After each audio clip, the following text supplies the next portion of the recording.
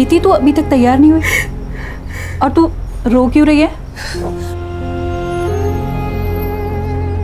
आप ऐसा मेरे साथ कैसे कर सकते हैं माँ? 1 साल से मैं ये सब घिन आने लगी है मुझे खुद से। आपको कोई फर्क नहीं पड़ता ना माँ? बेटा तू तो सब जानती है ना कि हमारे घर के क्या हाल है, और आदित्य की पढ़ाई का खर्चा भी है ना।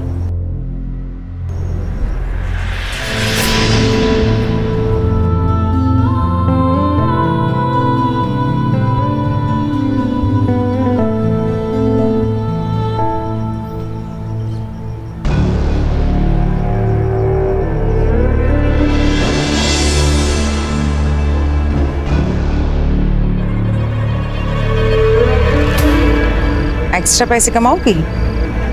एक्स्ट्रा क्या? ज्यादा कुछ नहीं, बस कस्टमर को जाके थोड़ा कॉपरेट करने का। वो कहते हैं ना, कस्टमर इज किंग।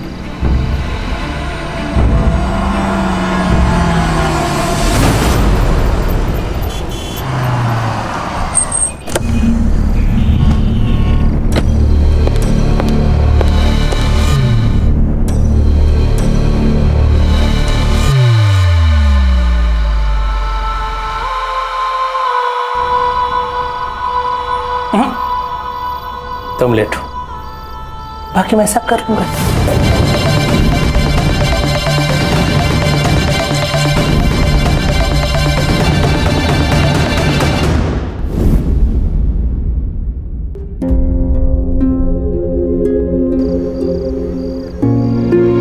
ये अपने डील का, और ये तुम्हारा टिप।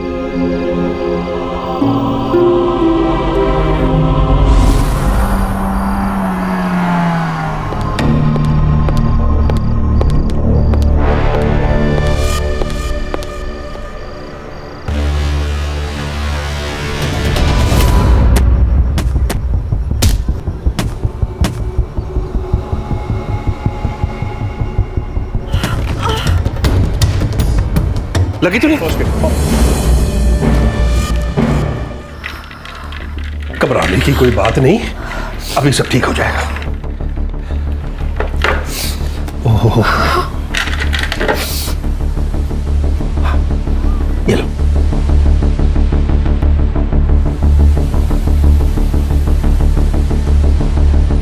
अब मेरी बात मानो, यहां थोड़ा आराम कर लो। एकदम से चलोगी तो चक्कर आ जाएंगे।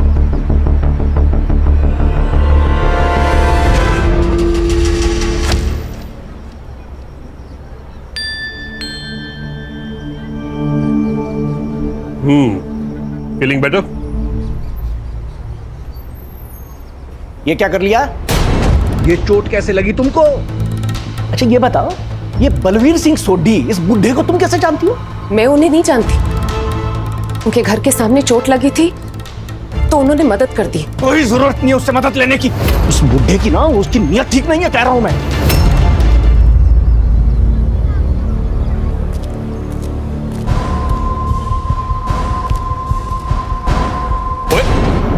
जी, ये क्या देख रहे हैं आप?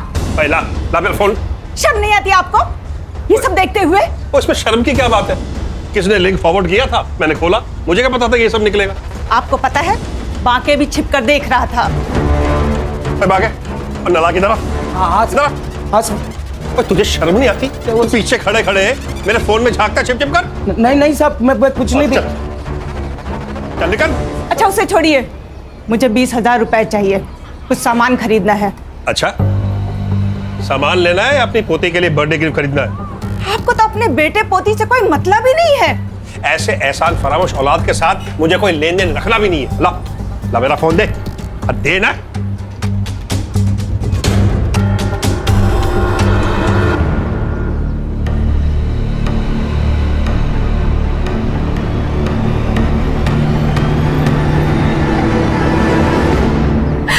अंकल मुझे ये सब मजबूरी में करना पड़ रहा है, मेरे पास और कोई रास्ता नहीं। मैं अभी बात करता हूँ तुम्हारे बाप से। नहीं अंकल, आप ऐसा कुछ मत करिएगा अंकल। आप जानते नहीं मेरे पापा को, पता नहीं वो क्या करेंगे मेरे साथ। मेरी जिंदगी तो खराब हो गई अंकल, कम से कम मैं अपने भाई की लाइफ तो सुधार लूं। नहीं अंकल प्लीज, मैं आपके हाथ जोड़ती हूँ अंकल, प्लीज आप कुछ मत करिएगा। क्या कर रही हो तुम? अच्छा कोई बात, रो मत, मैं कुछ नहीं कहूँगा। बस चुप हो। ये लड़की शर्म नहीं आती? तेरी बाप की उम्र के आदमी है ये क्या बक रहे हो तुम? मैं बक रही हूँ। और ये क्या कर रही है? अपने बाप की उम्र के आदमी के साथ चिपक रही है। आपको पता है ये कैसे कैसे कपड़े पहनती है, देर रात तक बाहर रहती है, लगता है इसने आपको भी फंसा लिया है। फालतू बकवास बंद कर अपनी। नीति नीति नीति रुको तो। नालायक, उस बाजारू लड़की के लिए आपने मुझे थप्पड़ मारा। अब मैं यहाँ एक पल भी नहीं रुकूंगी। क्या कर रहा है अपने उस कमीने बेटे के साथ? जा रही हूँ। तो जा ना, जा के रहा अपने उस लड़के के साथ में। कोई नहीं चाहिए मुझे।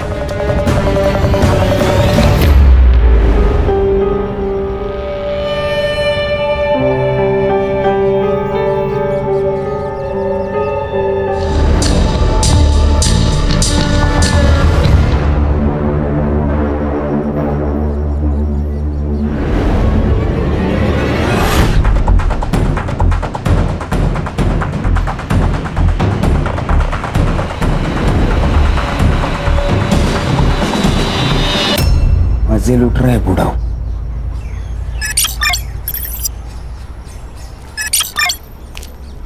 अरे जयराम माके भैया। जयराम पांडे जी, जयराम। और गांव से हुआ है? अरे हाँ बिल्कुल। और भाभी बच्चे कैसे हैं? सब ठीक, सब ठीक। ये शहर में चाहे जितनी चमक धमक हो, लेकिन गांव का हवा पानी कुछ अलग ही है। हाँ भैया, ये बात तो आप सही कह रहे हैं। चलो पांडे जी, चलता हूँ।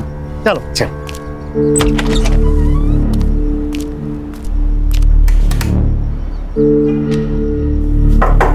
साहब, सोडी साहब, सुबह सुबह पेग लगा के ढेर हो गए लगता है आज।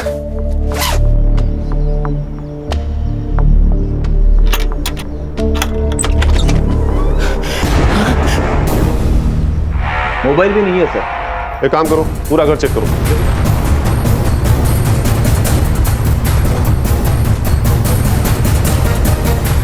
सर, मर्डर वेपन जैसा कुछ भी नहीं मिला और ना ही कोई फोन मिला है।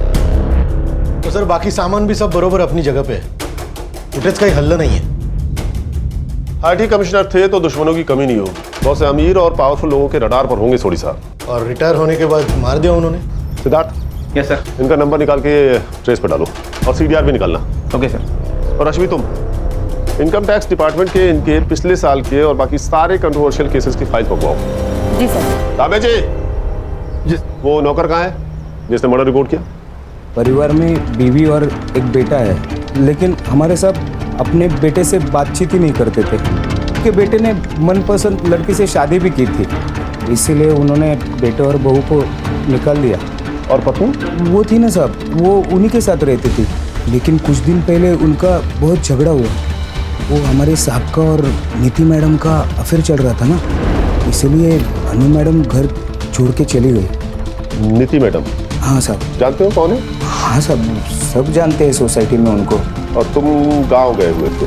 हाँ जी साहब। कब? साहब वो 4 मई को साहब, 11 बजे की बस थी। सर पूरा घर छान मारा लेकिन कहीं पे कुछ नहीं मिला।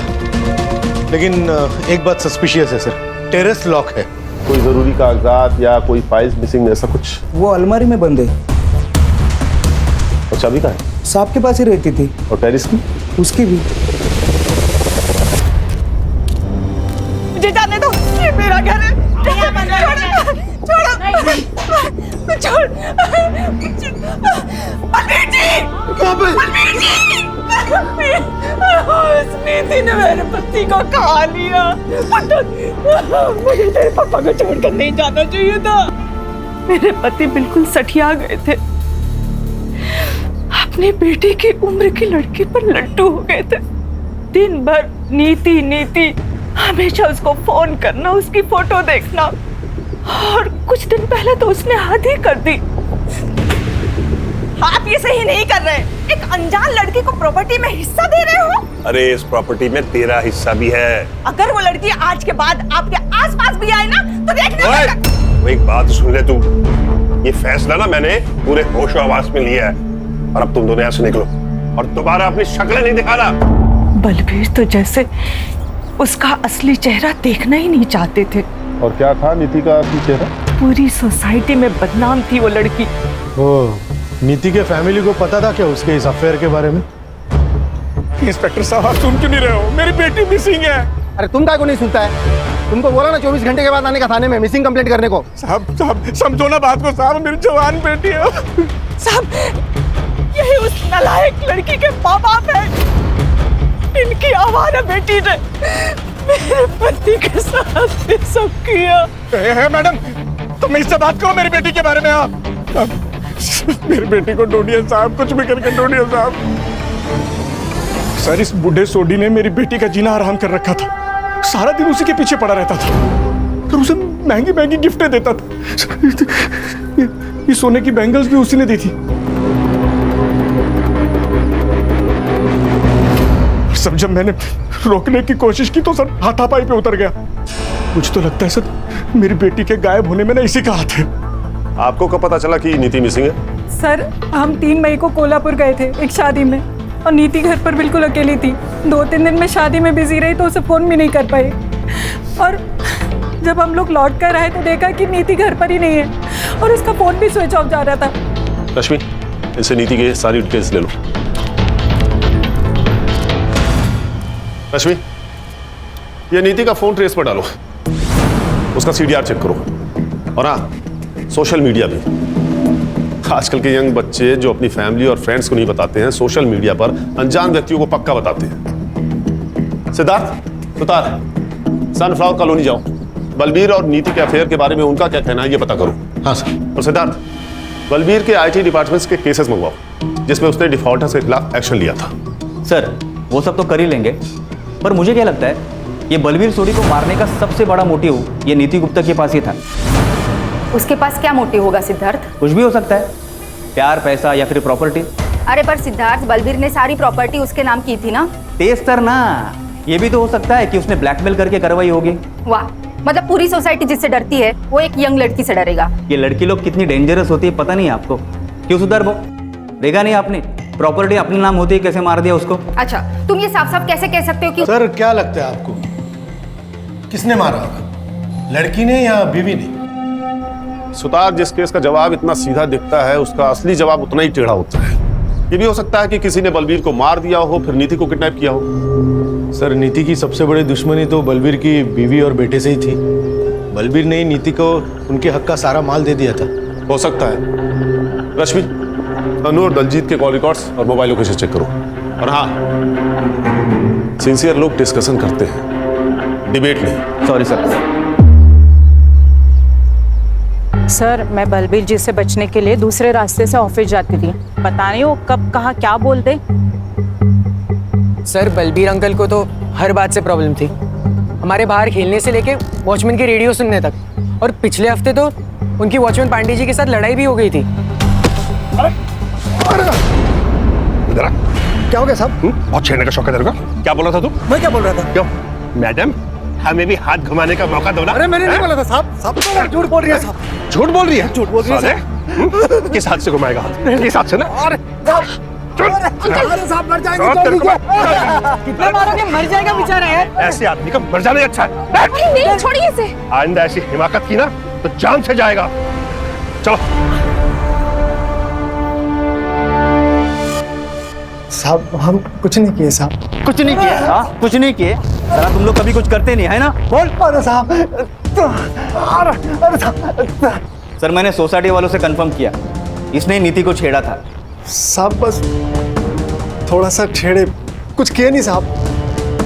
लेकिन साहब वो तो धंधे वाली है तो छेड़ेगा उसे। हमने सुना था कि वो बलबीर, वो बूढ़ो उसको खुश रखती थी साहब। वो कुछ भी करती हो, पर तुझे उसे छेड़ने का अधिकार किसने दिया? साहब हम अकेले नहीं छेड़े साहब, वो बातें के भी लार टपकती थी साहब। उसने ही हमसे बताया था कि वो नीति मैडम और बलबीर आपस में चिपटते लिपटते रहते थे साहब। उसका अपने मालिक के साथ में लफड़ा भी हुआ था साहब। अब है तो मर्द ही ना साहब, और नीति मैडम को देख के किसी का भी मन डोल सकता है। और ये बात नीति ने तुम्हारे मालिक को बता दिया होगा, और तुम्हारे मालिक ने तुम्हें नौकरी से निकाल दिया होगा। इसी बात पर झगड़ा हुआ था ना उससे जाने से पहले। झगड़ा हुआ था मेरे साहब के साथ, लेकिन किसी और वजह से।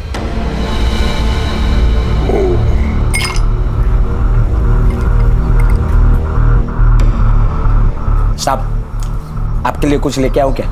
पहले तो 50,000 रुपए लेके आ जो मैंने तुझे दिए थे। क्या? 6 महीने से दबाए बैठा है तू, भूल गया क्या? हाँ, आप भी भूल जाओ। आप जैसे खूसट बुड्ढे के पास कौन टिकेगा?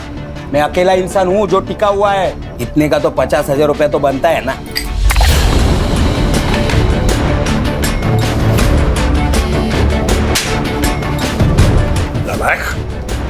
मुझसे जुबान लड़ाता, निकल, चल अभी बाहर निकल। और उसी रात तुमने तुरंत अपने मालिक को मार दिया गांव जाने से पहले। अरे नहीं साहब, सोडी साहब और मेरे बीच में झगड़ा होता रहता था, पर ना साहब का मेरे बिना चलता था और ना मेरा साहब के बिना चलता था। तुम और पांडे तुम भी थाना शहर छोड़ के कहीं नहीं जाओगे, नहीं तो सीधा जेल जाना पड़ेगा, समझ गए?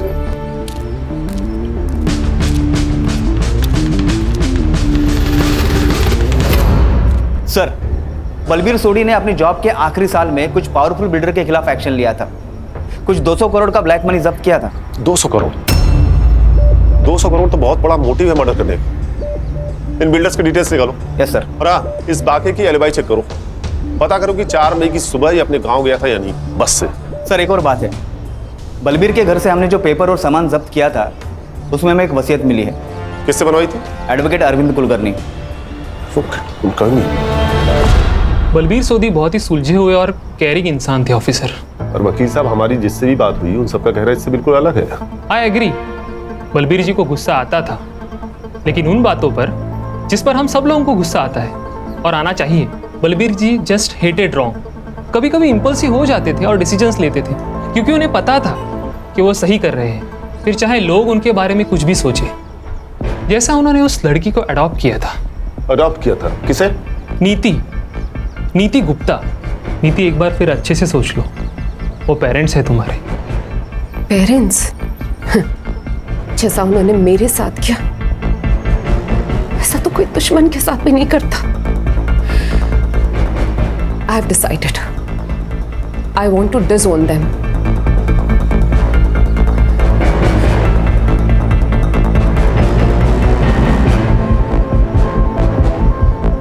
मुझे अब बस बलबीर अंकल की बेटी बनना है। कुलकर्णी, हमारा रिश्ता बहुत पवित्र है, लेकिन अनु हम पे बहुत शक करती है।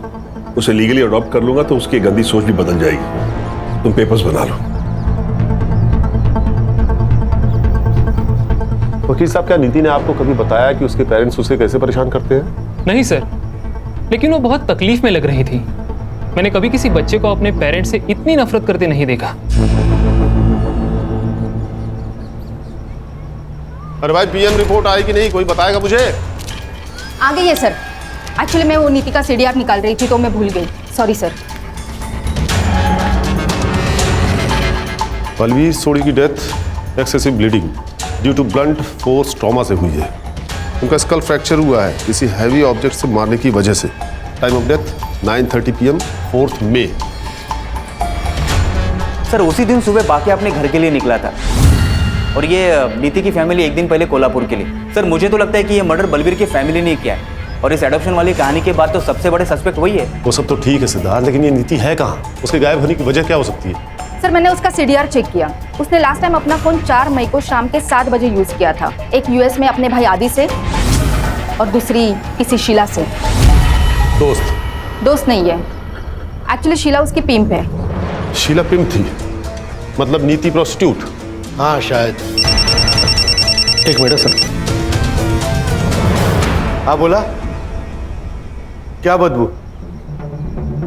अरे लेकिन वहां से हमने बॉडी उठवाई है मैडम, वो स्मेल कहीं और जगह से आ रही होगी। आप अच्छा, हम चेक करते। सर वो कॉलोनी वालों का फोन था, उनका कहना है कि बलबीर के घर से अभी भी बदबू आ रही है। बदबू? हाँ चलो देखते हैं। चला मोरे, चला लोग।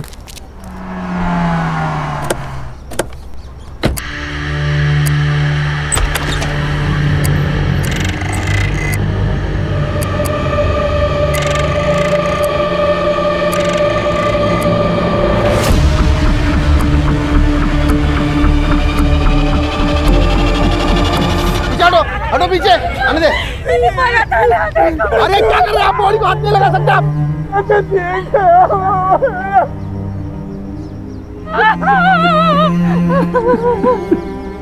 ऊपर जो इम्प्रिंट मिली है उसे साफ करने की कोशिश की गई है। हम ट्राई कर रहे हैं, लेकिन मुझे नहीं लगता कुछ मिल सकता है। देखिए, ये प्रिंट इस केस को सॉल्व कर सकता है। डायरेक्ट एविडेंस है ये, so please do your best. Okay sir. Sutar, ये नीति और बलबीर की फैमिली के फिंगरप्रिंट्स लो, बाकी और पांडे के भी। इन सबके पास मोटिव था इन मर्डर्स का, पर हमें और सस्पेक्ट्स एंगल को एक्सप्लोर करना होगा। ये शीला से मिलते हैं पहले।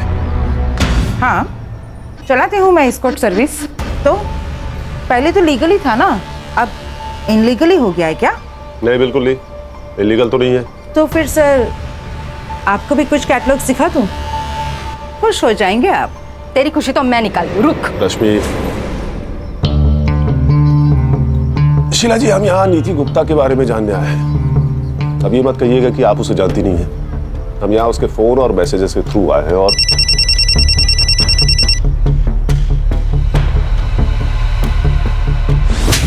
ध्यान दे, सर बात कर रहे हैं ना? ये क्या है सर? बार बार मुझे क्यों धमकाया जा रहा है? अगर किसी के फोन पे मेरा नंबर मिल रहा है तो इसका मतलब ये नहीं कि मैं किसी को जानती हूँ। अगर जानती नहीं थी तो क्या रही थी उसके साथ रॉयल इन होटल के लॉबी में?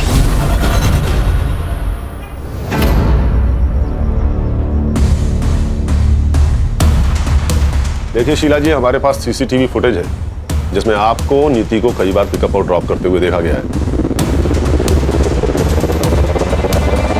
हाँ, मैं जानती हूँ नीति को। कहाँ मिली थी आप उससे? उसका बाप निर्मल उसे यहाँ पे लेके आया था। What? अरे सर, यही होती है लड़कियों की जिंदगी। यहाँ तो सगा बाप भी उसका नहीं होता, तो निर्मल तो सौतेला बाप था, कई बार उस पर हाथ मारता था। आखिरी बार कब बात हुई थी उससे? यही कुछ 10 दिन पहले सर, जब उसका बाप उसे यहाँ पे लेके आया था, तभी मैं उसे किसी क्लाइंट से मिलवा रही थी और तभी वो बुढ़ा यहाँ पे आ गया था। Cheers, darling. All the best, baby. अदला, और तुझे तो तेरा आज मैंने यही मर्डर कर देना है। तो ये तो कैसा बाप है? बाप के नाम पे कलंक है तू। कौन है तू और अंदर कैसे आया? अब ये बताता हूँ। अपने दोस्त कमिश्नर को फोन करता हूँ, सबके सब जेल में सड़ोगे। अरे रिटायर्ड आईटी कमिश्नर है ये, सरफिरा है। अच्छा है जो मेरा पागलपन तू समझ गया है। नीति, आओ। क्या रे निर्मल, क्या नाटक कर रहा है तू? हाँ? बलवीर ने नीति को बचाकर बाप होने का फर्ज निभाया और तूने बाप होकर भी उसे बेचा, उसे धंधा करवाया। और क्या करता मैं? दारू की लत ने मेरा सारा बिजनेस चौपट कर दिया था। ज्योति ने मुझसे शर्त रखी थी कि अगर शादी करेगी तो बेटे को यूएस भेजना पड़ेगा पढ़ने के लिए। तो तूने बेटी को बेचना सही समझा? अरे एक मासूम बेटी को बाप का सहारा देने के बजाय उसे यूज किया तूने। अरे ये तो सौतेला बाप है, लेकिन आप तो सगी मां है ना। सर, हमारे पास और कोई रास्ता नहीं था। और बेटी की हराम की कमाई खाने से अच्छा है कि आप मर जाती। और आपका बेटा, उसे पता है उसकी पढ़ाई के लिए उसकी बहन के साथ? नहीं सर, आदित्य को कुछ भी नहीं पता, उसे कुछ मत बताइएगा। नीति ने हमें सब कुछ सच बताने से मना किया था, वरना वो पढ़ाई नहीं करेगा सर। तो बलबीर और नीति को मारने का प्लान आप दोनों ने साथ मिलकर बनाया था या तूने ये सब अकेले किया था? लॉटरी का टिकट था मेरा, मैं ऐसे कैसे करूं आप बताइए। रश्मि, इस पे सॉल स्टेशन और टॉर्चर के चार्जेस लगवाओ और अरेस्ट करो। ऐसे कैसे सर? ऐसे कैसे कर सकते हैं आप? ना आपके पास विक्टिम है, ना विटनेस है, ना वारंट है। नीति तो पहले ही मर चुकी है, वारंट आपके पास है नहीं, और विटनेस के लिए आपको शीला को अरेस्ट करना पड़ेगा। जब तक आप उसको अरेस्ट करेंगे तब तक मेरा लॉयर जो है वो एंटीसिपेटरी बेल ले चुका होगा। इतनी अकल अगर बिजनेस में लगाई होती ना तो बेटी को बेचना नहीं पड़ता। और ये बात सोचना कि तू बच जाएगा, जेल तो मैं तुझे भेज के ही रहूंगा। रश्मि, इसके खिलाफ फाइल बनाओ। Yes sir.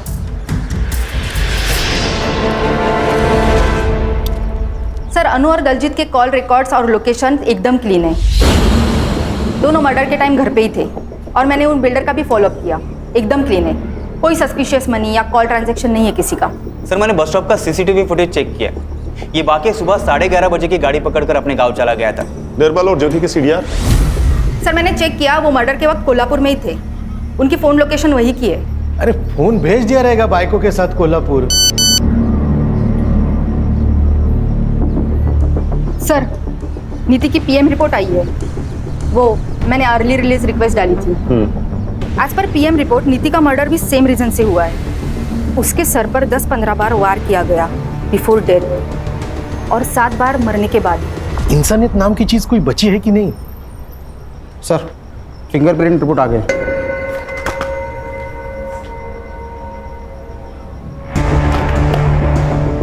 फॉरेंसिक वालों को सिर्फ 48% फिंगरप्रिंट्स मिले हैं, जबकि कोर्ट में कम से कम 50% फिंगरप्रिंट्स की जरूरत पड़ती है। सर एक बार ये किसी से मैच हो जाए ना, तो उसके खिलाफ हम कोर्ट के लिए सबूत ढूंढ ही लेंगे। ठीक है, जितने भी सस्पेक्ट्स हैं सबसे फिंगरप्रिंट्स मैच कराओ और ये रिपोर्ट मुझे जल्द से जल्द चाहिए।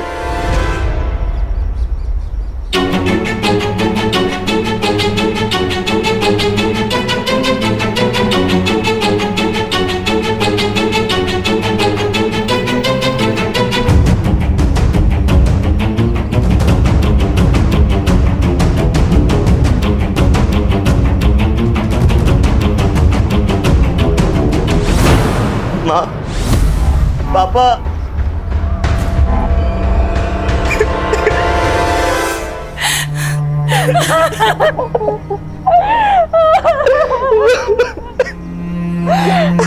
नीति नहीं बची। तुम नीति के भाई आदित्य हो ना? हाँ सर, मुझे जैसे ही पता चला मैं यूएस से पहली फ्लाइट पकड़कर सीधा यहाँ आ गया। सर प्लीज उसके कातिल को मत छोड़ना। हो गया सर। रिपोर्ट कब तक मिलेगी? सर रिपोर्ट शाम तक मिल जाएगी सर। सर इतने सारे सस्पेक्ट में से एक भी फिंगरप्रिंट मैच नहीं हो रहा है। अगर इन्होंने नहीं किया तो फिर किसने किया? मतलब वहां कोई और भी था। रश्मि, सोडी बंगलो एरिया का डंप डेटा निकलवाओ। पता करो 4 मई की शाम को वहां कौन कौन था। और ये सुतार क्यों नहीं आया अभी तक? कहां रह गया? हॅलो, सुतार भाऊ आहेत कुठे तुम्ही?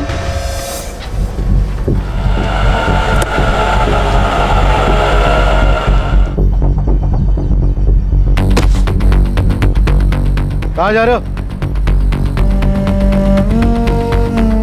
मैं वापस यूएस। क्यों? मेरे एग्जाम से और दी के बिना यहाँ पढ़ाई में मन नहीं लगता।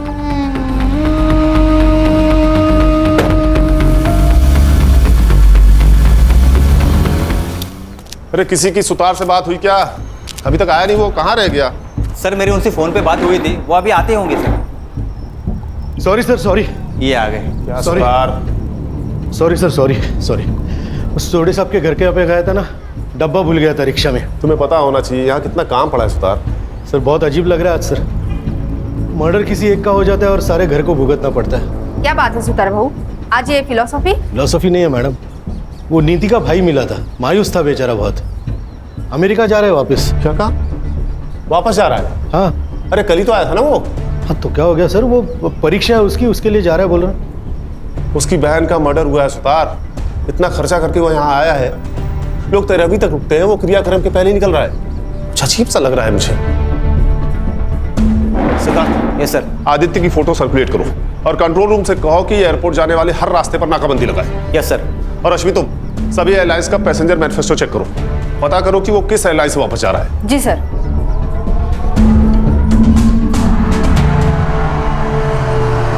अरे क्या हुआ, गाड़ी वाड़ी क्यों रोकी? नाकाबंदी है सर।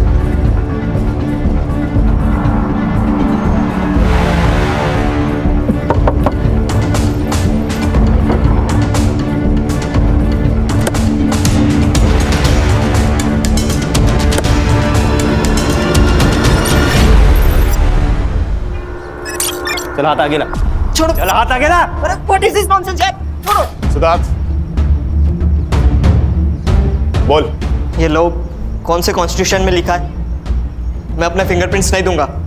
I have rights. देखो बेटा, जो ज्यादा राइट करते हैं ना वही सबसे ज्यादा रॉन्ग होते हैं। क्या कहा था तूने? तू 2 दिन पहले आया था, हाँ? तो 3 मई को मुंबई के रॉयल होटल के बाहर क्या कर रहा था तू? 3 मई की होटल के बाहर की सीसीटीवी फुटेज है।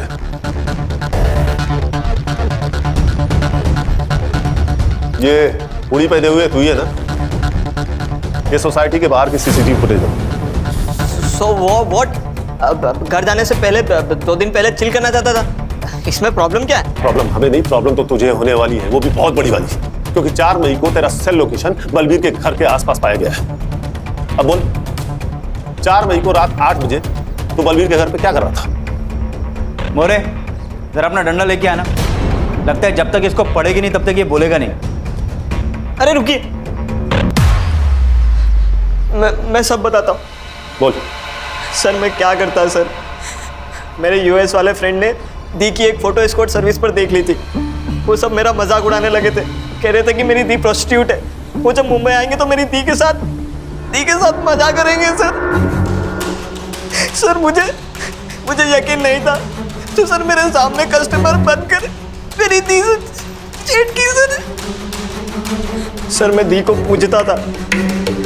शी बिट्रेड मी सर, धोखा दिया सर उन्होंने। और इसलिए तू 2 दिन पहले ही आ गया और उन दोनों का पीछा किया। हाँ सर, तभी जाकर तो मुझे पता चला कि उस बुढ़े बलवीर और दी का कुछ चल रहा है। और तुझे लगा कि वो उसका कस्टमर है, इसलिए तूने बलबीर और नीति को मार दिया। मैंने मर्डर नहीं किया सर, मैंने मर्डर का कॉन्ट्रैक्ट दिया था। किसे?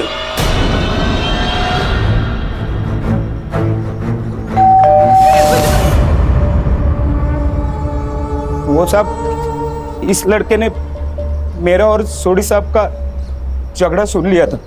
इसी ने लाख रुपया दिया था उन दोनों को मारने का। फिर उन दोनों का फोन और मारने का हथौड़ा मैंने तोड़ के गटर में फेंक दिया साहब। पर तू उसी दिन सुबह बस पकड़कर गांव चला गया था ना? हाँ साहब, उसी बस में गया मैं, क्योंकि प्लान ही वही था। यहाँ से बस पकड़ूंगा और भिवंडी उतर के वापस आऊंगा काम खत्म करने, और फिर से रात को चला जाऊंगा अपने गांव। मुझे कोई रिग्रेट नहीं है। अरे दी के साथ तो यही होना था, जो हुआ ना अच्छा ही हुआ। उसकी गलती एक ही थी कि वो चुप रही, वो भी सिर्फ तुम्हारे लिए। तुम्हारे पेरेंट्स ने उससे जबरदस्ती ये काम करवाया। और बलवीर सोनी, वो उसका कस्टमर नहीं थे, उन्होंने उसे लीगली अडॉप्ट किया था ताकि उस गंदगी से बाहर निकाल सके, उसे वो सब कुछ दे सके जो वो डिजर्व करती है। लेकिन तूने उससे वो सब कुछ छीन लिया। क्या हो गया सर? इधर चकाचौंध वाली जिंदगी जीनी है, पैसे की लत लगा लेते हैं, हाई प्रोफाइल में रहने का सबको। ये सब करने के लिए आदमी कुछ भी कर जाता है। अरे गरीब आदमी को देखो, क्या वो जीता नहीं है? इंसान अगर उसूल वाला हो तो पैसे निकालने के सही रास्ते निकाल ही लेता है। हमारे देश की लड़कियों को भी समझना होगा, शोषण घर वाला करे या बाहर वाला, आवाज उठाना जरूरी है। फिर वो चाहे कोई भी हो, अपना बाप हो, भाई हो या कोई और। किसी के लिए खुद को दांव पर लगाना सही नहीं है।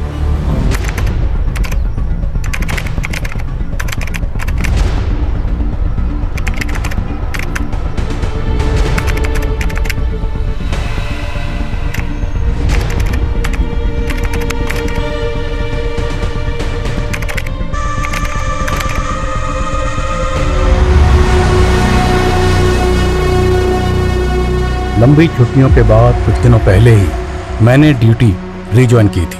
फिर मेरे पास आया सेजल मेहता केस। इस केस ने मेरे जहन को इतना थका दिया कि लगने लगा मैं इस केस में एक अरसे से उलझा हुआ हूं। मैं जब भी इस लड़की के बारे में सोचता हूं तो एक अजीब ख्याल मेरे जहन को जकड़ लेता है। पुलिस वाले मृत विक्टिम से कभी मिल तो नहीं पाते, लेकिन फिर भी उन्हें विक्टिम की जिंदगी में उतरना पड़ता है, जिसे एक भूल का नाम दिया गया था।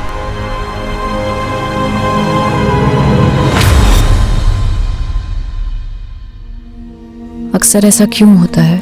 जो लोग दूसरों के हक के लिए लड़ते हैं, किस्मत उनके हक में गलत फैसला सुना देती है। मेरी जिंदगी के कई पन्ने थे, लेकिन हर पन्ने पे 3 शब्द जरूर लिखे होते थे: जोश, जज्बा और जज्बात।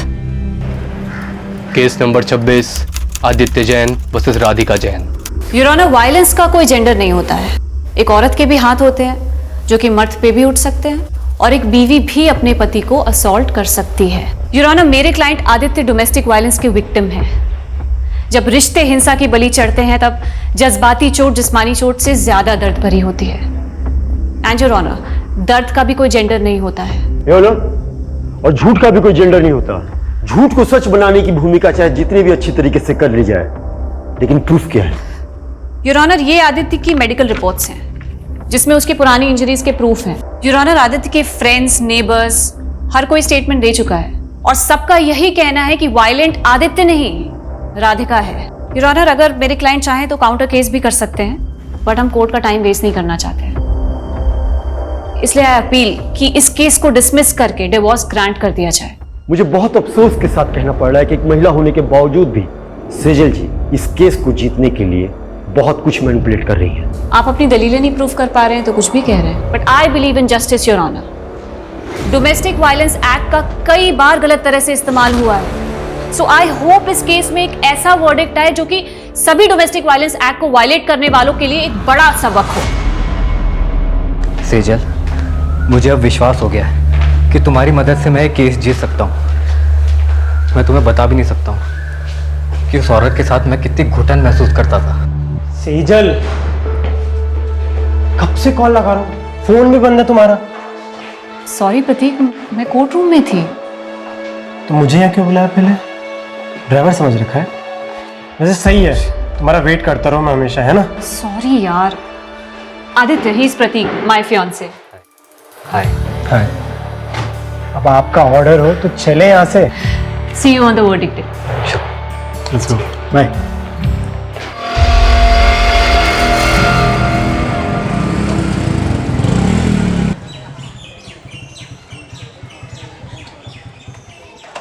मैंने तुमसे कहा था ना, I was not prepared, और तुम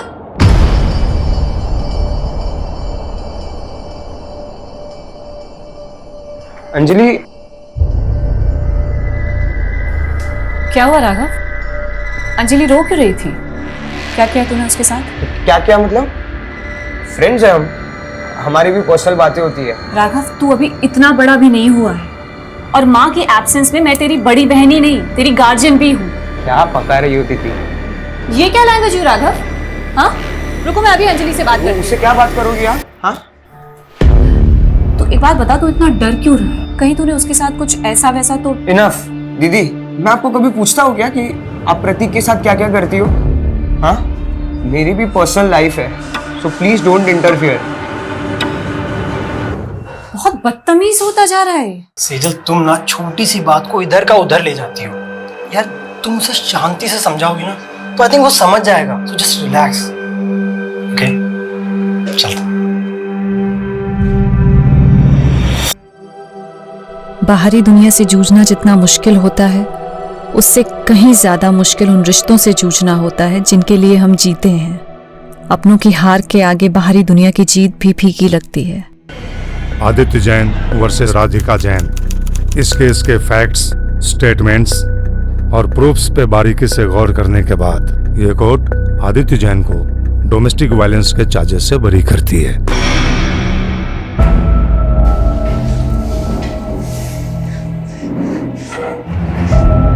thank you Sejal, you saved my life. तुम मेरे लिए फरिश्ता बन के आई हो। जिंदगी हर मोड़ पे मुझे कामयाब कर रही थी, पर पता नहीं था मैं एक नाकाम सफर भी तय कर रही थी।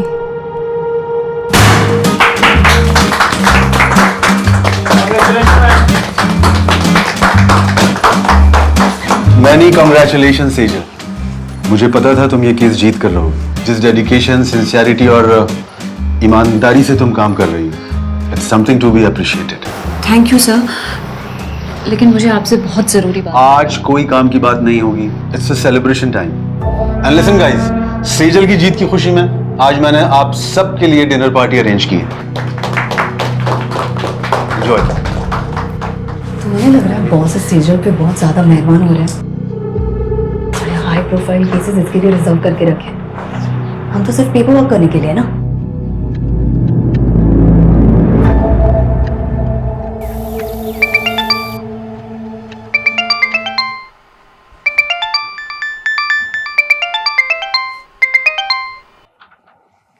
राघव, अखबार में सेजल और उसके केस के बारे में छपा हुआ है और उसने मुझे बताया भी नहीं। कहाँ है वो? दीदी सो रही होगी माँ, मुझे भी सोने दो। 8 बज रहे हैं राघव, उठ और सेजल से कह मुझे फोन करेगी। दीदी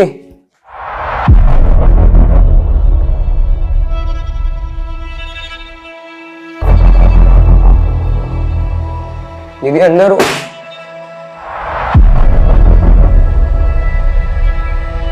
दीदी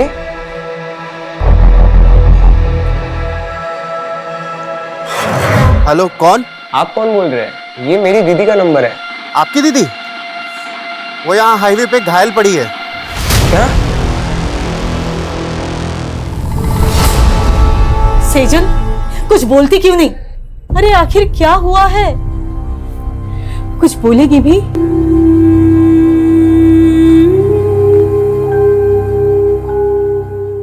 मुझे लगता है शायद दीदी के साथ रेप। क्या? इसीलिए पूरे रास्ते कुछ बता नहीं रही थी। मैंने उनसे काफी बार पूछा क्या हुआ दीदी, लेकिन उन्होंने कुछ बताया नहीं। पुलिस को बुलाना चाहिए। नहीं, मुझे सेजल से अकेले में बात कर लेने दे। तू बाहर जा।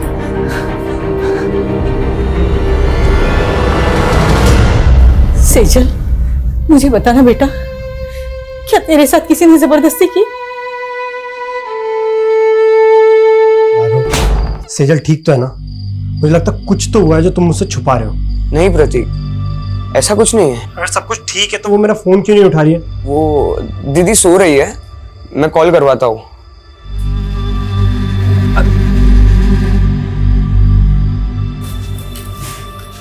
पड़ोसी कुछ भी कह रहे हैं, तिल का ताड़ बना रहे हैं। लेकिन माँ सच सच बताओ, दीदी की तरह आप भी मुझसे कुछ छुपा नहीं रही हो ना? उन्होंने आपको बता दिया ना कि उनके साथ रेप हुआ है। ऐसा कुछ नहीं है, डॉक्टर को दिखाया था ना सेजल को। मुझे भी उसकी परवाह है, तू फिक्र मत कर, वो धीरे धीरे नॉर्मल हो जाएगी। नहीं, यहाँ बैठे बैठे कुछ नहीं होगा। मैं दीदी को लेके जा रहा हूँ, काम करेगी तो उनका मन बदलेगा। ठीक है, मैं भी तेरे और सेजल के साथ वहां आती हूँ।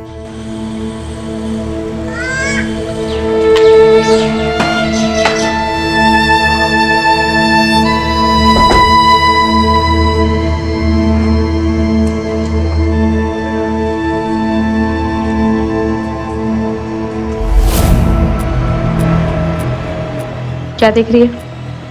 चल अंदर।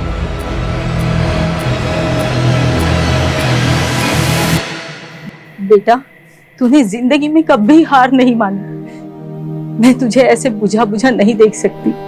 हम यहाँ दोबारा इसलिए आए हैं ताकि तू पहले जैसी बन सके। मैंने कभी भी किसी भी वजह से आपको दुख पहुंचाया हो तो उसके लिए आई एम सॉरी। पर प्लीज आप पहले जैसे हो जाओ ना।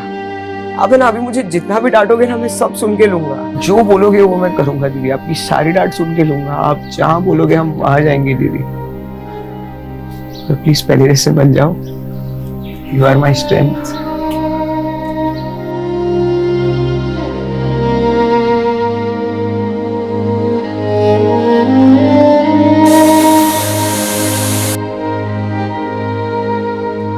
अपने दर्द छिपा के मैं पहली बार एक झूठी जिंदगी जीने की कोशिश कर रही थी।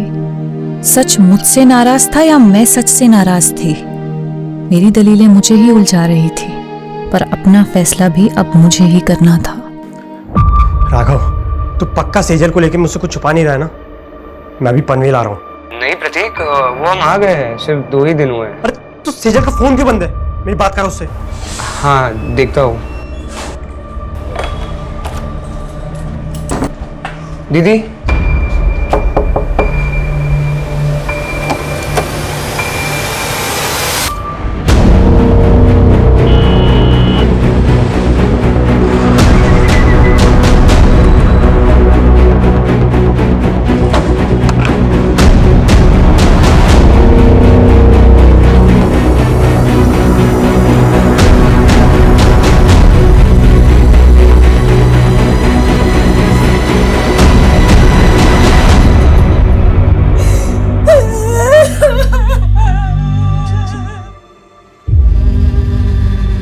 सर ये देखो। मेरी शिकायत खुद से, अपने आप से। मैं ऊपर वाले को थैंक्स बोलती हूँ जिसने मुझे ये जिंदगी दी, दुनिया के सबसे अच्छे माँ बाप दिए, प्यारा सा भाई दिया। लेकिन मुझे नहीं मालूम था मेरी एक भूल मुझे उनसे इतना दूर कर देगी।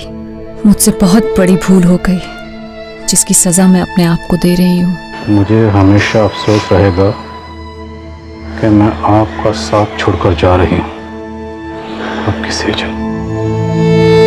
शहर की एक युवा लॉयर सेजल मेहता की लाश घर में फंदे से लटकी पाई गई।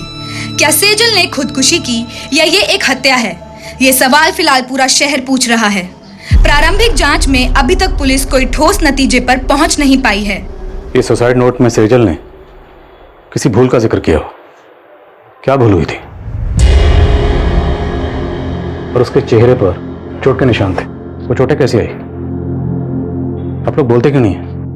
ये सब माँ की भूल है सर। कैसी भूल? सर 15 दिन पहले होली की त्योहार की रात दीदी एक पार्टी में गई थी। वहां उनके साथ कुछ हुआ था सर।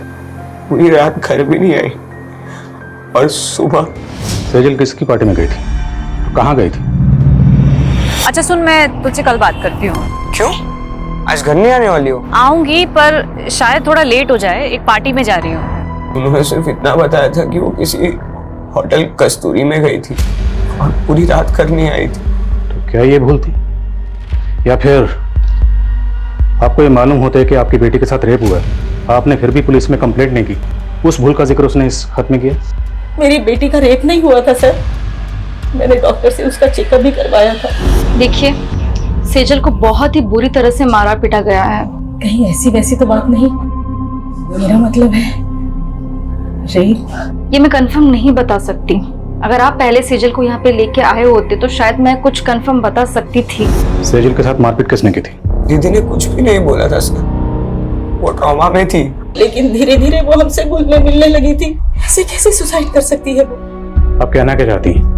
क्या कोई बाहर से आया और उसने जबरदस्ती आपकी बेटी को अंदर पंखे पर लटका दिया? सर कुछ समझ नहीं रहा है। मैं कॉलेज गया था और माँ शॉपिंग करने। जब घर आए तो दीदी। माना सेजल ने खुद आप लोगों को कुछ नहीं बताया, पर फिर भी उसकी हालत देखकर आप लोगों को नहीं लगा कि आप लोगों को जानना चाहिए कि पार्टी में उसके साथ क्या हुआ, किसने किया और क्यों किया? जानने की कोशिश की थी सर। बस इतना पता चला कि पार्टी उनके ऑफिस में थी। ऑफिस कहाँ पर है? Jawahar Nagar, JP associates. और सेजल आपको घायल अवस्था में कहाँ मिली थी? MG road. सर यहीं पे मिली थी मुझे दीदी। आसपास तो कोई सीसीटीवी कैमरा नजर नहीं आ रहा है। जादव सुनो, यहाँ आसपास लोगों से पूछताछ करो, पता करो किसी ने कुछ देखा है क्या।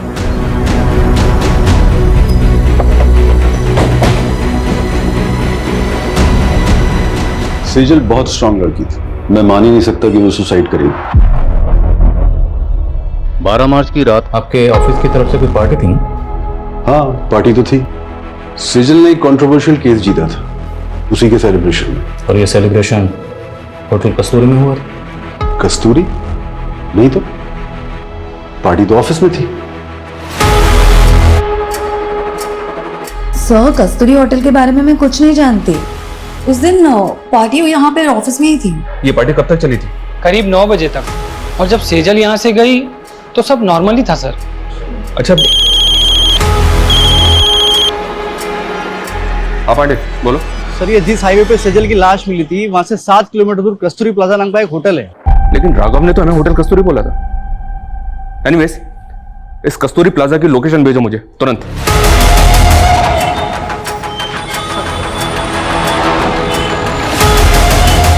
नहीं सर, 12 मार्च को यहाँ कोई पार्टी नहीं थी।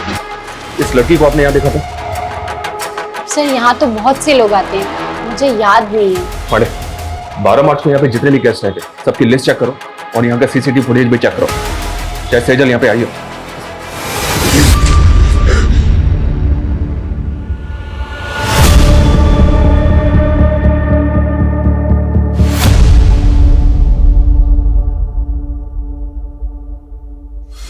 राघव, क्या है ये? मैंने मेरे बैंकिंग ऐप का पासवर्ड बता दिया तो तुम मिसयूज करोगे मेरे फंड्स का? किससे पूछ के तूने 35,000 रुपए निकाले मेरे अकाउंट से? मैं आपको बताने ही वाला था। और क्या करेगा तू इतने बड़े अमाउंट का? बोल।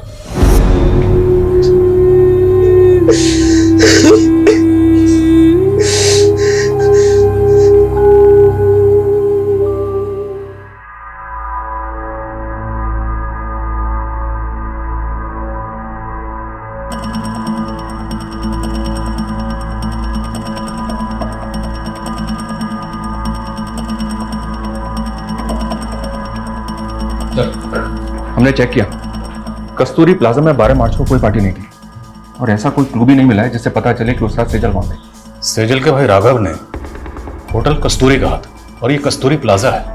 लेकिन सर होटल कस्तूरी नाम से कोई होटल नहीं है उस एरिया में। पर पार्टी सेजल की ऑफिस में ही थी, ये तो पूरा स्टाफ करा था। 12 मार्च की ऑफिस की फुटेज चेक करके देखते हैं सर, शायद कोई क्लू मिले जिससे पता चले कि उस रात सेजल के साथ हुआ क्या था। 12 मार्च के हादसे को फैमिली वजह मान रही है, जबकि हमें सेजल की लाश उसके 15 दिन बाद 27 मार्च को उसके घर पर ही मिली। भाई ये फैमिली हमें पार्टी और होटल के चक्कर में बेवजह उलझा तो नहीं रही। उनके बयान अटपटे तो हैं। भाई कह रहा है कि उसका रेप हुआ था, माँ कह रही है कि उसका रेप नहीं हुआ था। और ये सुसाइड नोट, इस सुसाइड नोट में सेजल ने किसी भूल का जिक्र किया। जब उनसे पूछा गया कैसी भूल, इस बात का उनके पास कोई जवाब नहीं। आपको लग रहा है ये मर्डर भी हो सकता है? मर्डर के एंगल को भी रूल आउट नहीं किया जा सकता। मर्डर या सुसाइड, 12 मार्च से लेकर 27 मार्च तक फैमिली की एक्टिविटी पता करो। 12 मार्च पे फोकस करो और पता करो कि 12 मार्च को सेजल ऑफिस के अलावा और कहाँ कहाँ गई थी। 13 मार्च से 24 मार्च के बीच ये फैमिली पनवेल में थी सर। तो पनवेल में अपने खबरियों को एक्टिव करो और पनवेल से लौटने के बाद 24 मार्च से लेकर 27 मार्च के बीच में फैमिली में क्या क्या हुआ सब पता करो। और जिस डॉक्टर ने सेजल को एग्जामिन किया था उससे मिलना पड़ेगा, और जिस लड़के से सेजल की मंगनी हुई थी उसे ही पूछताछ के लिए बुलाओ। मैंने 14 मार्च को सेजल का चेकअप किया था। उसके घाव 2-3 दिन पुराने थे। 6-7 जगह तो ब्लड क्लॉट्स हुए थे। ऐसा लग रहा था मानी जैसे कुछ बेल्ट की चीजें से मारा गया है। सेजल का रेप हुआ था नहीं? मैं इसको लेके श्योर नहीं हूँ। इनफैक्ट मैंने सेजल के मॉम को भी बोला था। आपकी सेजल से कुछ बात हुई थी? उसने आपको कुछ बताया कि उसके साथ ये सब कैसे हुआ? मैंने सेजल को बहुत पूछा पर उसने कुछ बताया नहीं।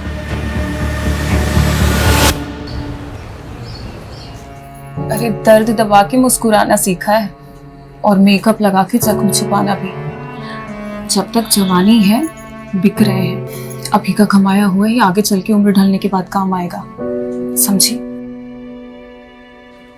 माना सेजल की फैमिली ने आपको कुछ भी साफ साफ नहीं बताया कि सेजल के साथ क्या हुआ था, पर आपको कुछ तो अंदाजा हुआ होगा कि सेजल के साथ ऐसा किसने किया होगा। हमेशा खुश ही दिखती थी। मेरे लिए सोच पाना मुश्किल है कि उसके साथ में ऐसा कुछ हुआ है। 12 मार्च को सेजल के ऑफिस की कोई पार्टी थी। अब अगर सेजल उस पार्टी में जाती तो जाहिर सी बात है आपको तो पता ही होता ना। मेरी इस बारे में उससे फोन पे भी बात हुई थी। प्रतीक, बॉस ने ये केस जीतने की खुशी में एक पार्टी रखी है, लेकिन मुझे ये सेलिब्रेशन बिल्कुल अच्छा नहीं लग रहा है। पर हुआ क्या? मुझसे बहुत बड़ा गूफअप हो गया। गूफअप? कैसा गूफअप? सर क्लियरली मुझे कुछ नहीं पता है, but it was something related to her work. Sejal ने ये लॉ फॉर्म 4 साल पहले ज्वाइन की थी, और इसमें गौर करने वाली बात है वो ये कि सेजल ने जितने भी केसेस जीते थे या जितने भी केसेस पे वो काम कर रही थी, उनमें से ज़्यादातर केसेस वो थे जो पहले उसकी कुली कविता के पास थे। मतलब कविता के केस सेजल को दिए जा रहे, जबकि पहले सेजल कविता को असिस्ट कर रही थी। सर ऑफिस की फुटेज में भी हमने कविता और सेजल के एक और कलीग विकल्प को पॉइंट आउट किया था।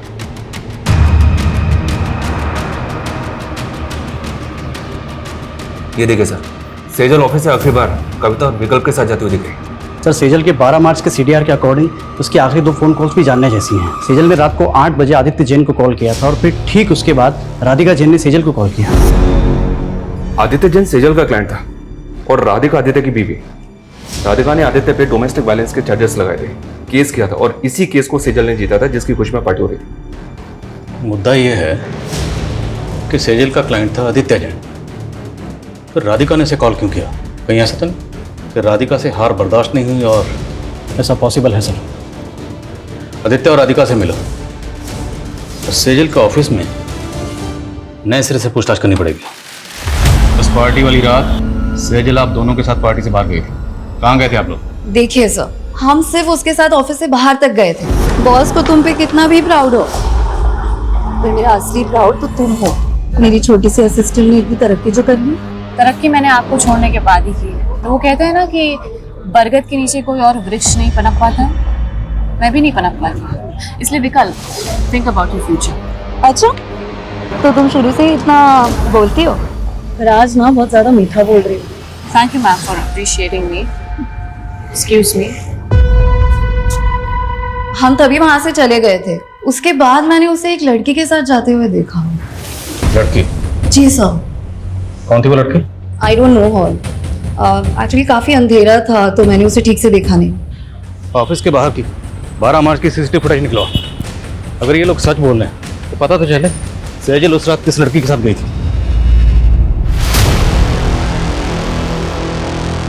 मैंने तुम्हें रोका था लेकिन तुमने मेरी बात नहीं मानी और अब तुम्हारी वजह से अब मैं प्रेग्नेंट हूँ।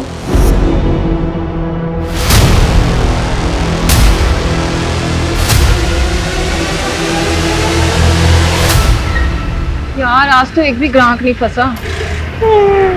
मेरे को तो खड़े खड़े नींद लग रही है। चलना घर चलते हैं। मेरी तो बुकिंग आ गई। इसको पूछना इसको 2 चाहिए क्या?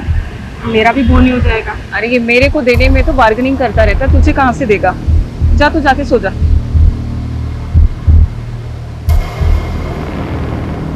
आदित्य से केस हार गई थी, वो भी सेजल की वजह से। तो फिर 12 मार्च की रात को आपने सेजल को किस इरादे से कॉल किया? नहीं सर, मैंने उसे कॉल नहीं किया था। मैंने उसके 5-6 मिस्ड कॉल देखे तब जाकर मैंने उसे कॉल बैक किया था। तो बात क्या हुई थी आपकी उसके साथ? सेजल को गिल्ट हो रहा था। गिल्ट? अब क्या है सेजल? सॉरी राधिका, जिंदगी में पहली बार मैंने एक गलत इंसान का केस ले लिया। कहना क्या चाहती हो तुम? मुझे आदित्य की सच्चाई पता चल गई है। आई नो, आदित्य नहीं बल्कि तुम डोमेस्टिक वायलेंस का शिकार हुई हो। मैं खुद सेजल की बात सुनकर हैरान थी सर। ऊपर से वो बोल रही थी कि वो मेरे लिए आदित्य के खिलाफ लड़ेगी। हाँ बोलो। सर ये आदित्य के घर पे तो ताला है और मैंने पता किया ये 12 मार्च से ही गायब है और काफी दिनों से इसका फोन भी बंद आ रहा है। आदित्य का 12 मार्च से गायब होना और आदित्य की वाइफ राधिका का ये कहना कि सेजल को उसके लिए गिल्ट हो रहा था, मामला कुछ समझ में नहीं आ रहा। इस गिल्ट को क्या हम सुसाइड नोट में लिखी भूल से कनेक्ट कर सकते हैं? तो फिर सवाल यह है कि इस केस को जीतने के बाद 12 मार्च को जो पार्टी दी गई, सेजल उसमें शामिल थी। सेजल उस पार्टी में क्यों गई? राधिका की बात पर हम ऐसे ही यकीन नहीं कर सकते, हमें खुद क्रॉस चेक करना होगा। Right sir. जिस औरत पर अपने पति को टॉर्चर करने का आरोप हो वो सेजल से बदला लेने के लिए उसको भी तो टॉर्चर करवा सकती है। तो फिर आदित्य क्यों गायब है? सर शायद उसको भी राधिका नहीं गायब करवाओ, वो उसका राज जानता था। अब इस राज से पर्दा तभी उठ सकता है जब हमें पता हो कि आदित्य क्यों गायब हुआ और कैसे गायब हुआ। आदित्य की बैकग्राउंड खंगाल और मुझे लगता है कि हमें इस बारे में सेजल के बॉस से बात करनी चाहिए। सर हमें सर सेजल की पोस्टमार्टम रिपोर्ट। पोस्टमार्टम रिपोर्ट के मुताबिक कॉज ऑफ डेथ स्ट्रैंगुलेशन, मतलब मौत दम घुटने से हुई। जिस्म पर चोटों के निशान थे, पर पोस्टमार्टम रिपोर्ट रेप कंफर्म नहीं करती। वो शायद इसलिए क्योंकि पोस्टमार्टम उसकी मौत के काफ़ी दिनों बाद किया गया। मुमकिन है कि रेप हुआ क्योंकि लड़की के साथ ज़बरदस्ती तो हुई थी। सेजल की हैंडराइटिंग मैच हो रही है और हमारी पनवेल के खबरियों से इंफॉर्मेशन मिली सर। कैसी इंफॉर्मेशन? पनवेल में सेजल के चाचा चाची रहते हैं। पिछले 7 सालों से दोनों परिवार के बीच कोई बातचीत नहीं है। दरअसल सेजल के पापा की दुकान थी जो सेजल के चाचा ने हड़प ली थी। शैलेंद्र, मेरे पति के गुजरते ही तूने अपने रंग दिखाने शुरू कर दिए। पहले उनका बैंक अकाउंट फ्रीज करवा दिया और अब उनकी दुकान हड़प ली। अरे मैं अपने बच्चों की देखभाल कैसे करूंगी? मैं हूं ना, खर्चा उठा लूंगा तुम सबका। वो दुकान मेरे पापा की थी चाचा जी, आप वहाँ सिर्फ नौकरी करते थे और ऐसे कह रहे जैसे हम पे एहसान कर रहे हैं। बस सेजल, भाभी समझाओ इसको।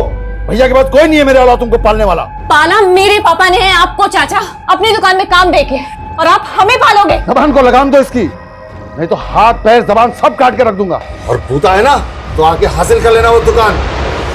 शैलेंद्र ने हमें सताया तो बहुत था सर, और शैलेंद्र के उस थप्पड़ ने सेजल के अंदर बहुत बड़ा परिवर्तन ला दिया था।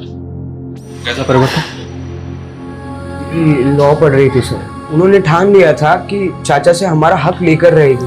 दिन रात उन्होंने पढ़ाई की और उसके साथ साथ पार्ट टाइम जॉब भी करती थी। चाचा के खिलाफ केस की पैरवी उन्होंने खुद की थी सर। उसने अपने जीवन की हर लड़ाई जीती थी सर।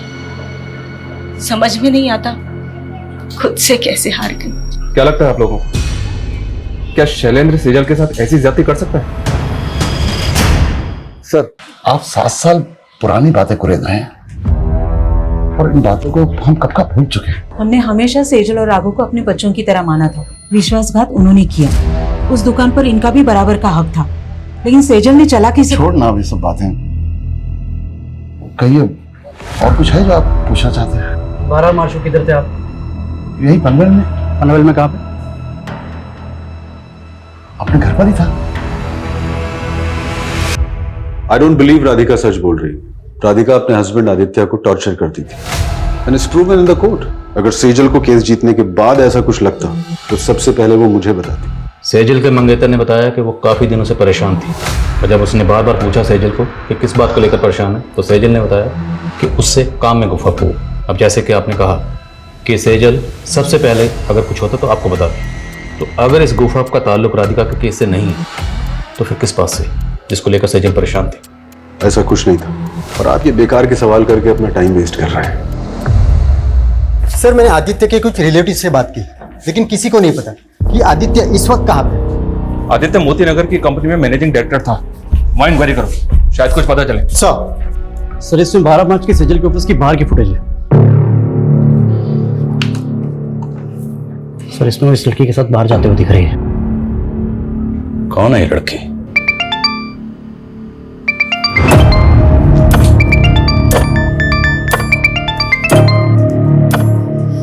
हाँ बरखा बोल। सिमी, गाड़ी वाले ने मुझे बहुत टॉर्चर किया।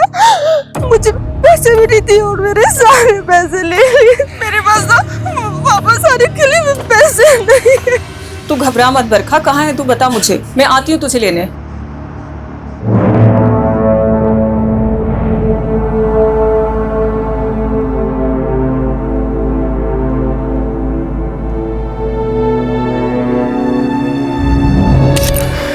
प्रॉब्लम क्या है तेरी?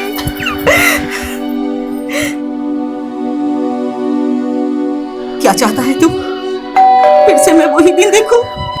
हाँ?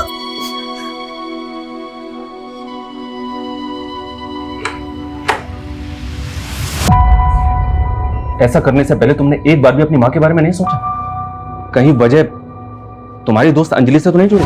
हाँ?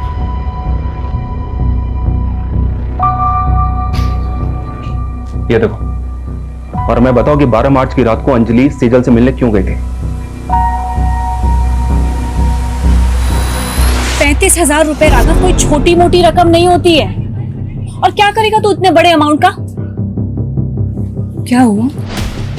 सच सच बता, बात क्या है? दीदी, अंजलि प्रेग्नेंट है। इतनी बड़ी बात तुमने हमसे छुपाई?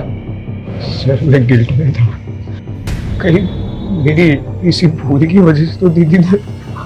सॉरी।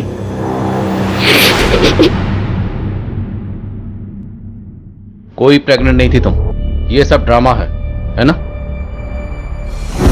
प्रेग्नेंट हो तुम? कोई प्रूफ है?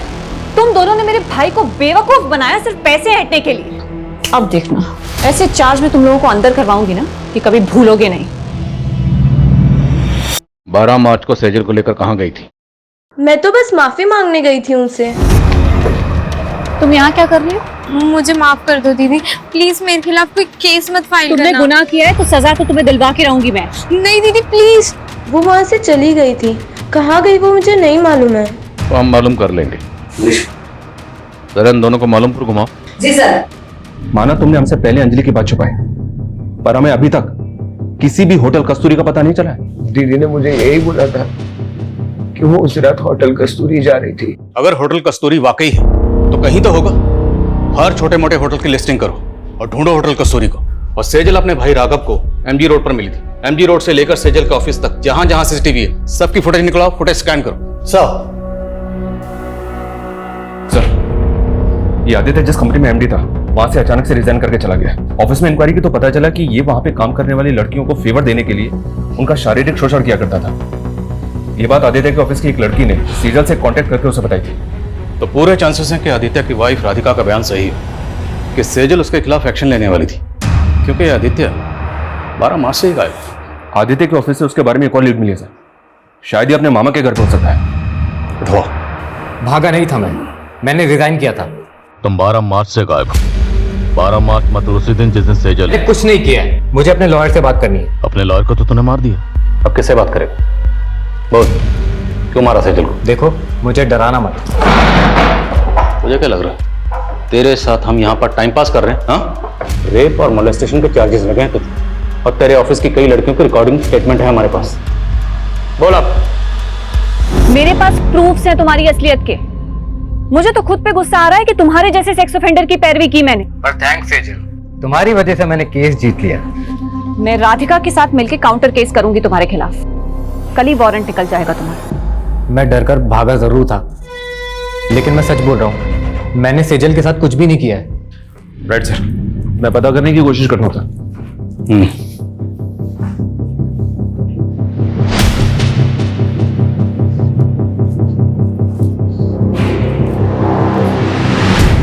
सेजल ने जिस भूल का जिक्र किया था, क्या भूल ये थी कि उसने आदित्य जैसे गलत आदमी की पैरवी की? अगर हाँ, तो फिर वो 12 मार्च से लेकर 27 मार्च तक खामोश क्यों थी? और कोई भी भूल इतनी बड़ी कैसे हो सकती है जिसकी वजह से सेजल जैसी लॉयर सुसाइड कर ले?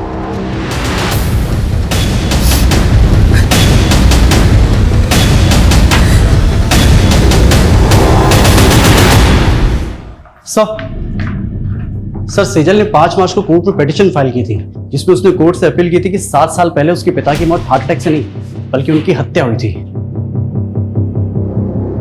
सर पिटीशन तो अंडर कंसिडरेशन है, लेकिन सेजल को यह शक था कि उसके चाचा शैलेंद्र का हाथ इसमें था। लेकिन सेजल ने पिटीशन 7 साल बाद क्यों फाइल की? आखिर 7 साल बाद उसके हाथ में ऐसा क्या सुराग लगा हो? सेजल की माँ को भी इस बारे में कुछ नहीं पता, लेकिन सर वो हमें शैलेंद्र के बारे में भी कोई सबूत नहीं मिल रहा है। अगर सेजल की पिता की हत्या के पीछे वाकई उसके चाचा शैलेंद्र का हाथ था और उसके बावजूद वो 7 साल से बाहर है, तो मतलब प्लानिंग लंबी की होगी।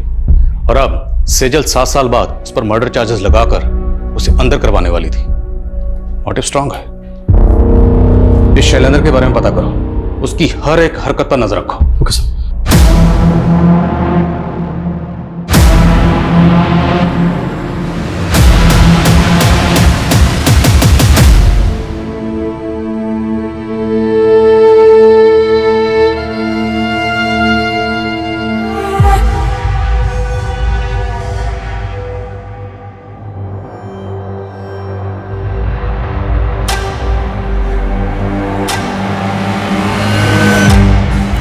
रोज पेट पे लात मारती हूँ मैडम।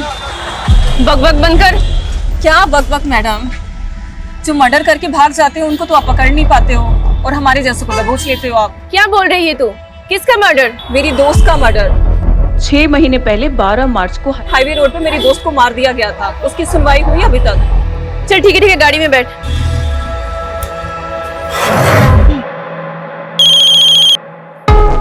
हाँ बोल। सोनू खबरी बोल रहा हूँ साहब। वो आपके हाईवे वाले केस का क्या हुआ?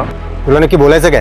अरे साहब वो क्या है ना कि मैंने सुभाष नगर पुलिस को एक चेक लेकर टिप दिया है, और वहाँ पे एक प्रोस्टिट्यूट बोल रही है कि उसकी फ्रेंड का 2 महीने पहले वहाँ पे मर्डर हुआ। मर्डर? हाँ साहब। क्या 12 मार्च को एमजी रोड पर एक और मर्डर हुआ था? हाँ सर, और सेजल भी 2 महीने पहले एमजी रोड पे बेहोशी की हालत में मिली। वो लड़की कौन थी जिसके बारे में खबर नहीं होता है? सर उसका नाम सिमी है, प्रोस्टिट्यूट है, आज ही अंदर हुई है। इस सिमी से मिलकर चांस लेते, शायद कोई काम की बात पता चले। साहब मेरी दोस्त थी बरखा, उसका एक्सीडेंट हुआ था। लेकिन आपने तो पहले कहा था कि मर्डर हुआ था। साहब किसी ने जानबूझकर उसको गाड़ी से उड़ा दिया था। आपको ये कैसे पता है कि किसने जानबूझ के उड़ाया था? हाँ बरखा बोल। मेरे पास तो वापस आने के लिए पैसे नहीं है। तू घबरा मत बरखा, कहाँ है तू बता मुझे। मैं एमजी रोड पे एक गाड़ी वाला एक लड़की को फेंक दिया। बरखा मुझे कुछ समझ में नहीं आया और उसके बाद उसका एक्सीडेंट हो गया। बरखा ने आपको उस गाड़ी का नंबर बताया था? नहीं साहब, लेकिन बरखा ने बताया था कि ग्रे कलर की कोई कार थी। आपकी बरखा से बात कब हुई थी? मेरा मतलब तारीख क्या थी? सर 12 मार्च को रात के 2-2:30 बजे के आसपास। 12 मार्च की रात को सेजल जहां पर जख्मी हालत में मिली थी उस जगह पर सीसीटीवी नहीं है, लेकिन वहां से 3 किलोमीटर दूर एक सिग्नल है, वहां पे सीसीटीवी है। और रास्ते में कोई भी राइट या लेफ्ट टर्न नहीं है, सीधा रास्ता है। उस सीसीटीवी की फुटेज स्कैन करो, जितनी भी सफेद रंग की गाड़ियां दिखती हैं सबकी लिस्टिंग करो।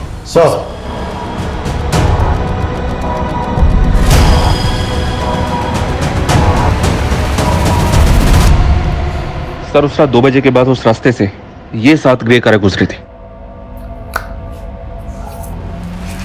और ये इन 7 कारों के 7 ओनर्स हैं।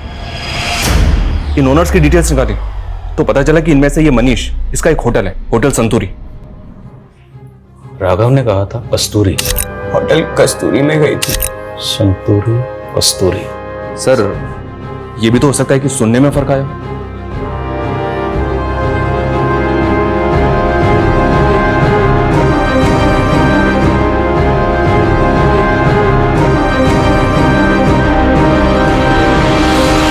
मेरा यकीन कीजिए सर, मेरी सेजल से कोई दुश्मनी नहीं थी। मैं तो बेकार में ही अपने दोस्त के लफड़े में फंस गया। कौन दोस्त?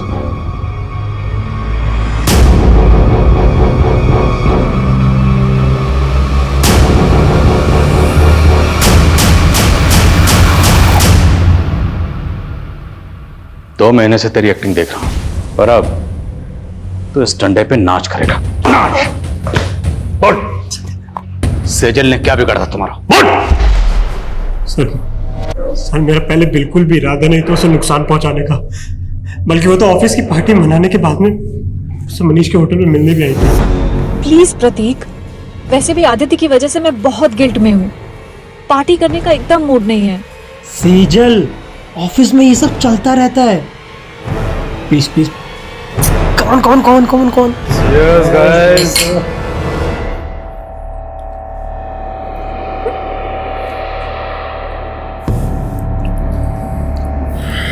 सेजल,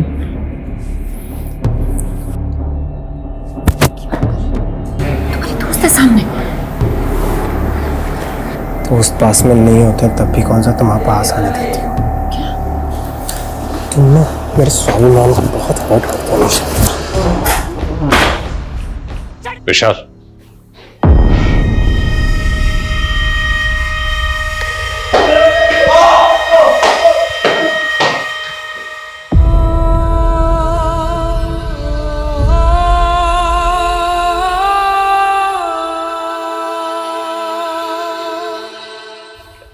सर सेजल के साथ उसके अपने मंगेतर ने इतना सब किया, फिर भी वो 15 दिन तक चुप रही।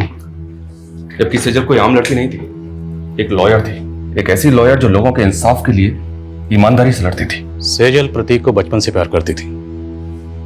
उसने प्रतीक पर आंख बंद करके भरोसा किया, लेकिन प्रतीक ने उसके भरोसे को तोड़ा। जब इंसान को किसी अपने सबसे ज्यादा करीबी से धोखा मिलता है तो उस इंसान का पूरी इंसानियत से भरोसा उठ जाता है। सेजल के साथ भी यही हुआ। उसने अपने सुसाइड नोट में यही लिखा कि उसे लग रहा था कि प्रतीक पे भरोसा करके उसने अपनी जिंदगी की सबसे बड़ी भूल की। वो भूल जरूर थी, लेकिन सबसे बड़ी नहीं। सबसे बड़ी भूल थी उसका अपनी जिंदगी को खत्म करना, खुदकुशी करना। हम सब की जिंदगी में दुश्वारियां आती हैं, परेशानियां आती हैं, लेकिन उन परेशानी से लड़ते हुए, दुश्वारियों से जूझते हुए, जद्दोजहद करते हुए जिंदगी में आगे बढ़ना होता है। इसी का नाम जिंदगी है। मौत किसी मसले का हल नहीं है।